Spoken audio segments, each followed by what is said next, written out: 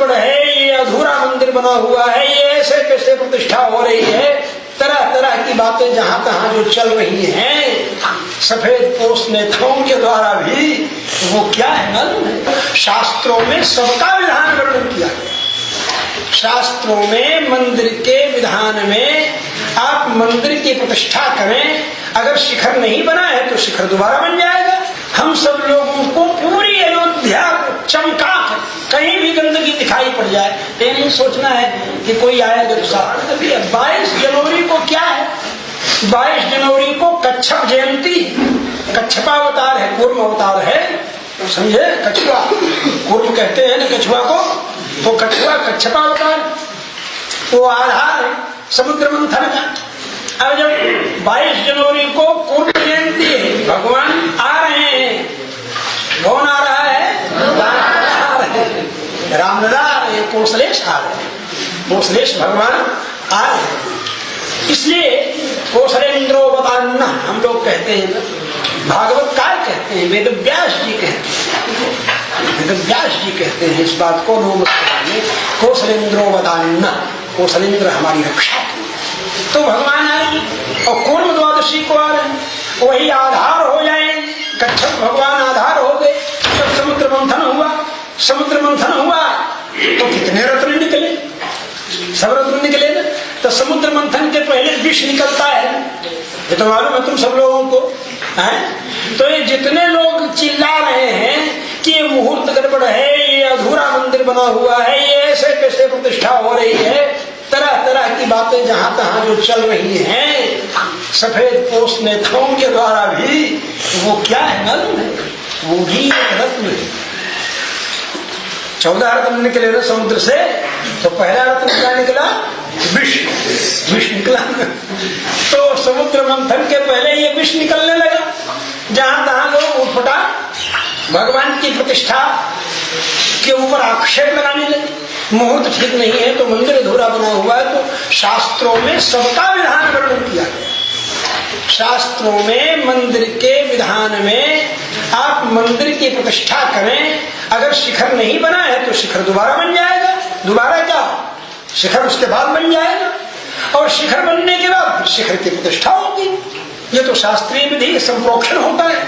संप्रोक्षण होने लोग कहते हैं कि फिर लोग चढ़ेंगे उसके ऊपर, मजदूर चढ़ेंगे। तो भैया जब डेंटिंग पेंटिंग होती है, जब रंग होता है मंदिरों का, तो भी तो चढ़ते हैं मजदूर, लेकिन उसके बाद फिर संप्रोक्षण होता है। जब भी दिव्य देशों के शिखरों की पेंटिंग होती है, जब भी भगवान के गोपुरम की शिखर की पेंटिंग होती है, उसके पहले ही उस शिखर का, उस गोपुर का, शिखर जान रहे हो ना जो भगवान के ठीक ऊपर होता है, और गोपुर माने जो मेन द्वार, मेन गेट के प्रधान द्वार के ऊपर होता है वो गोपुरम।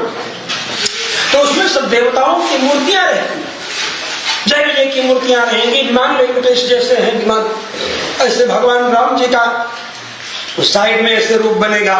जो मंदिर के अंदर देवता होते हैं उनका किनारे अलग से शिखर के ऊपर, शिखर के अंदर ही उसी में बना रहता है, उसको विमान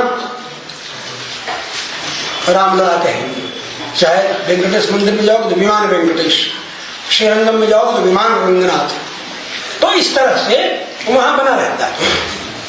ऐसी स्थिति में जब उन शिखरों का, उन गोपुरों का, भगवान के ऊपर के मंडप के शिखर का जब जीर्णोद्धार होता है या पेंटिंग होती है, उसके पहले ही उन शिखरों का, उस गोपुर का बारारे प्रतिष्ठापन होता है।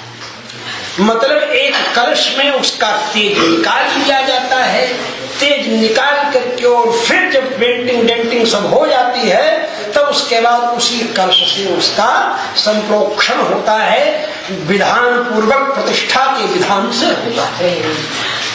इसलिए ये विधि है शास्त्र, इस विधि का पालन किया जाता है शास्त्र।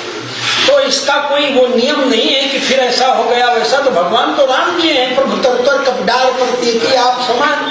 भगवान तो पेड़ के नीचे बैठे हुए हैं और बंदर सब डाल के ऊपर बैठे हुए, और डाल के ऊपर बैठे हैं सब बंदर, भगवान से ऊपर बैठे हुए हैं, लेकिन बंदर उन बंदर हृदय भक्ति कर रहे हैं ना भगवान के हृदय से, और भगवान उन बंदरों को हृदय से लगाते भी हैं। इसलिए मैं बता रहा हूं आप सब लोगों को कि अंतःकरण में भगवान के प्रति भावना। अब जब मंथन होगा तो पहले तो विष निकला, तो विष तो निकल रहा है, अभी निकल करके समाप्त हो रहा, और उसके बाद फिर रत्न निकलेंगे। जब रत्न निकलेंगे तो उसी में अमृत भी निकलेगा, और हम सब लोगों को पूरी अयोध्या चमका, कहीं भी गंदगी दिखाई पड़ जाए तो नहीं सोचना है कि कोई आएगा तो साफ करेगा।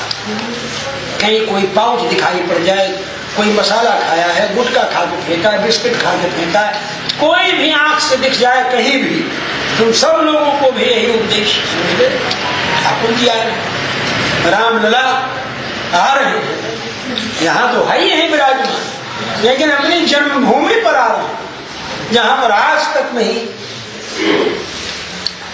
हम लोगों के वैष्णव परंपरा के अनुसार विधि विधान से भगवान आए, वहां आज भगवान आ रहे हैं, तो इससे बढ़कर के और क्या हो सकता है। यह अर्चावतार महोत्सव सब लोगों के लिए